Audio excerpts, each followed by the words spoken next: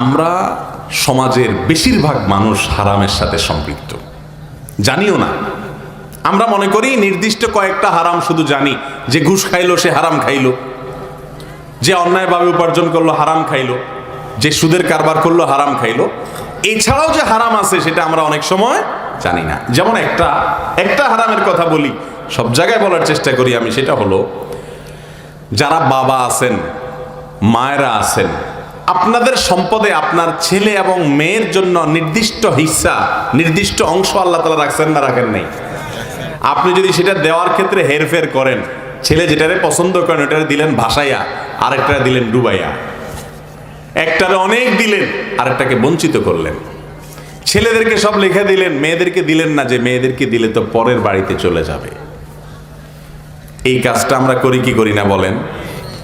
সিজদা দিতে দিতে দিতে দিতে কপালে দাগ হয়ে গেছে। তারপরেও কোরআনে আল্লাহ তাআলা মেয়েদেরকে যে অধিকার দিয়েছে, আপনার সম্পদে আপনার কন্যা, আপনার মেয়ে আপনার ঘরে জন্ম নিয়েছে, তার হক আছে। সে যদি কোটিপতিও হয়, আপনার ছেলেরা যদি ভিখারিও হয়, ভালো করে জানে রাখেন মাসআলা। কোরআন যেহেতু বলে দিয়েছে আপনার সম্পদে ছেলের এই হক, মেয়ের এই হক, অতএব মেয়ের হক মেয়েকে দিতে হবে। হ্যাঁ, মেয়ের টাকা অনেক বেশি থাকলে তিনি তার ভাইদেরকে দান করা উচিত, ছাড় দেওয়া উচিত, সেটা তার ব্যাপার, শরীয়ত তাকে বাধ্য করে নেই। আপনি যদি বলেন যে না তাদের অনেক আছে, বিয়ের জামা বিদেশ থাকে, আমার ছেলেদের কিছু নাই, বাপেরা যার দিকে টানে তার যদি কোটি কোটি টাকাও থাকে বলে মিসকিন, আরে ওর কিচ্ছু নাই। ঠিক না ঠিক? আর যারে বঞ্চিত করবে তার সামান্য কিছু পয়সা করি থাকলো সেটারে বিশাল বড় ব্যাংক ব্যালেন্স মনে করে। ওই যে শয়তানের তাদের সামনে এগুলোকে ফুটিয়ে তোলে। তো এই যে একটা হারাম কাজ, এখন যুবকরা বলতেছেন এগুলো তো মুরব্বীদের ব্যাপার স্যাপার, আমাদের ওয়াজ নাই, তো আমরা তো ভালো আছি। আপনারাও ধরা খাবেন, কারণ বাপে যদি না দেয়, আপনি খুব মোসে তাও দিয়া যদি বৈশা বৈশা বলেন যে বাপে দেয় নাই বোন রে, আমি কি করব? হ্যাঁ, দাদার সম্পদ থেকে বাপ চাচারা ফুফুরে দেয় নাই, আমি কি করব? আমার তো কিচ্ছু নাই। আপনি কিন্তু নিয়া মোজ মাস্তি করে খাইতেছেন, আপনিও হারাম খাইলেন।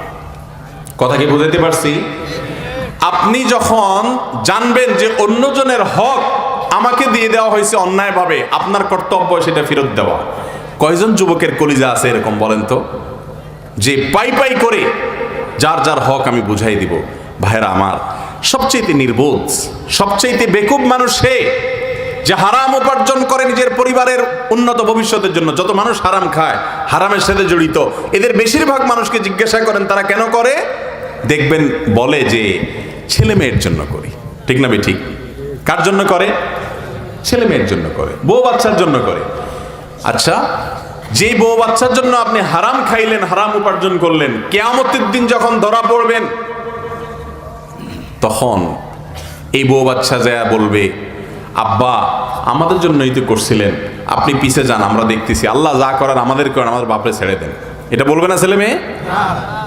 বউ বলবে না, আল্লাহ আমার স্বামী এত কিছু করছে, আল্লাহ আমাদের জন্যই তো, খাওয়ারে খাওয়া বলে নাই, ঘুমরে ঘুম বলে নাই, কত কষ্ট করছে একটু আমাদের সুখ শান্তির জন্য, আল্লাহ বেচারার দোষ নাই, আমাদেরকে যা বলার বলেন।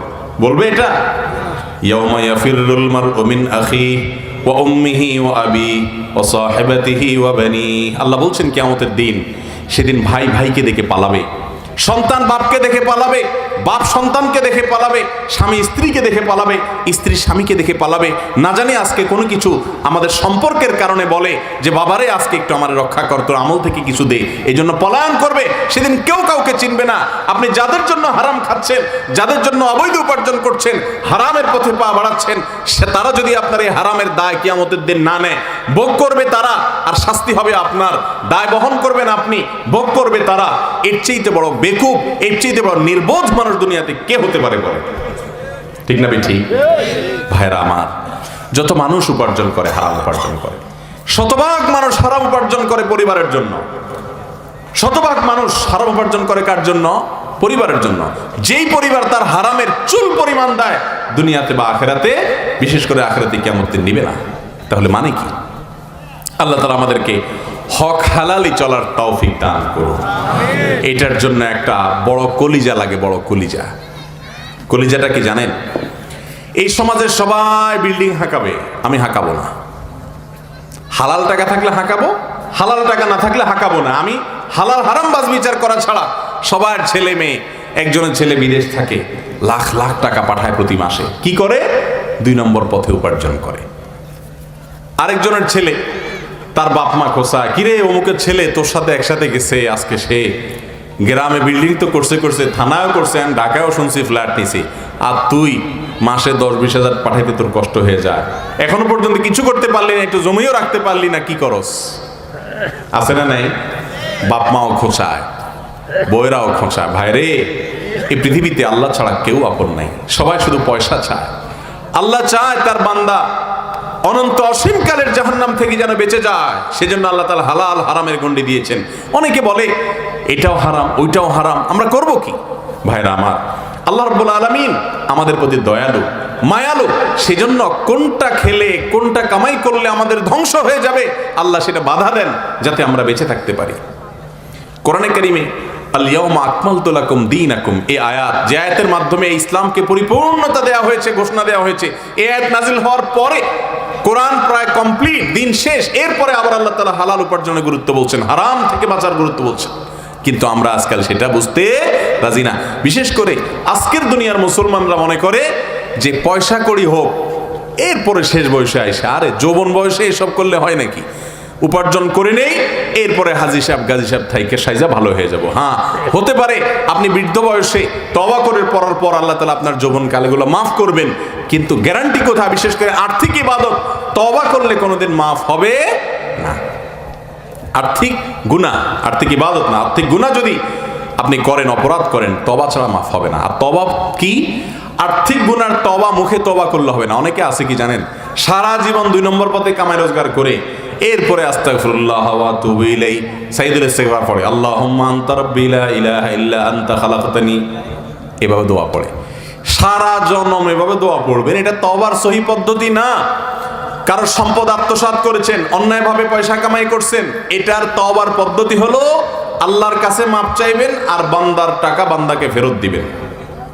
বান্দার টাকা বান্দাকে ফেরত দিতে হবে যদি তাকে খুঁজে না পান, হদিস পাওয়া না যায়, এমন এমন জায়গা থেকে দুর্নীতি করছেন, অবৈধভাবে কামাইছেন, যার থেকে কামাইছেন তার কোনো হদিসও পাওয়া যায় না, তাহলে সেক্ষেত্রে সেই টাকা গরিব মানুষকে দান করে দিবেন, ওই ব্যক্তির তরফ থেকে সওয়াবের আশাও করবেন না, তারপরে যায় মুক্ত হইতে পারবেন।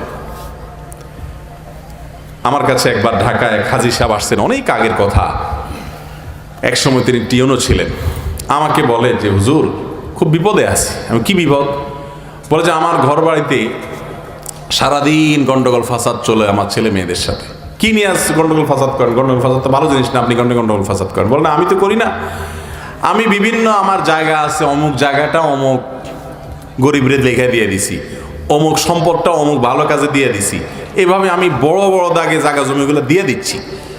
এটা দেখে আমার ছেলে মেয়েরা বলে, আব্বা দান তো সবাই করে, আমাদের আছে যে কয়েকটা, তুমি সব যেভাবে দেয়া শুরু করছো এভাবে দিলে আমরা তো এক সময় রাস্তায় দাঁড়াইতে হবে, এত দান করে নাকি মানুষ? তোমার যা আছে সেখান থেকে তুমি 10% 20% দান করো, তাও তো অনেক হয়। তুমি যেভাবে দিতেছো তাতে 50% 70% দান করে দিবা, আমরা থাকবো কিভাবে, চলবো কিভাবে? এত দান করা কি ইসলাম বলছে? বলো তো দেখি, কোনো হুজুরে জিজ্ঞাসা করো তো। তো আমি বললাম, ছেলেরা তো খারাপ বলে নাই, ঠিকই তো বলছে, আপনি এত দান করবেন কেন? রাসূল আকরাম সাল্লাল্লাহু আলাইহি ওয়াসাল্লাম বলেছেন, দান করতে করতে সব দিয়া, তোমার সম্পদের সব দিয়ে তুমি দুনিয়াতে চলে যাবা, তোমার মরার পরে তোমার ছেলে মেয়ে মানুষের কাছে হাত পাতবে, এটা আল্লাহ পছন্দ করেন না, বরং তাদের জন্য কিছু সম্পদ রেখে যাও। আল্লাহই তো বলছেন, রাসূল আকরাম সাল্লাল্লাহু আলাইহি ওয়াসাল্লাম হাদিসে আসছে, তাহলে আপনি কেন সব দান করেন? ঠিকই তো বলছে আপনার ছেলেরা, আমি তো তাদের পক্ষে। কার হুজুর থামেন থামেন, কথা শেষ হয় না এখনো, এত সকাল আপনি পক্ষ নিয়ে নাম কিছু বলেন। তো বলে যে হুজুর, কাহিনী হলো আমি সরকারি চাকরি করছি বাবা, যে কয় টাকা বেতন পাইছি সেগুলো দিয়া খায়া পরে ছেলে মেয়েকে পড়ানোটাই কঠিন ছিল। এই যত জমি জমা, যত বাড়ি গাড়ি যা দেখতেছেন সব হারাম টাকা বাবা। তখন বুঝি নাই, কামাই করছি। এখন দিন যত গেছে দেখতেছি আমি নিঃসঙ্গ হয়ে যাচ্ছে। ছেলেরা মোজ মাস্তিতে আছে, ফুর্তিতে আছে, বাপের পয়সা কড়ি আছে, গায়ে তেল আছে, গাড়ি হাঁকায়, মোটর সাইকেল হাঁকা, হ্যাঁ, দোতলা জায়গায় 3 তলা হন হন করে সিঁড়ি বাইয়া উঠে এই বাড়ির থেকে ওই বাড়ির খোঁজ খবর নেয়। এদের দিনকাল দেখি খুব ভালো যাচ্ছে মাশাআল্লাহ, মেয়েরাও খুব মাশাআল্লাহ দিনকাল ভালোই যাচ্ছে, বাপের অনেক সম্পদ। আমি চিন্তা করতেছি, আমি তো দিন দিন একা হয়ে যাচ্ছি। ছেলেও এখন আমাকে টাইম দেওয়ার সুযোগ নেয়, বলে আব্বা অনেক বিজি, আব্বা অফিসে অনেক কাজ, ব্যবসার এত ঝামেলা, একটু ফোনও করার সময় পায় না। মেয়ে বলে আব্বা ছেলে মেয়ে সামলায়, তোমার জামাই বা দোকান থেকে আসে, বাজার থেকে আসে, অফিস থেকে আসে, টাইম পাই না, সবাই বিজি।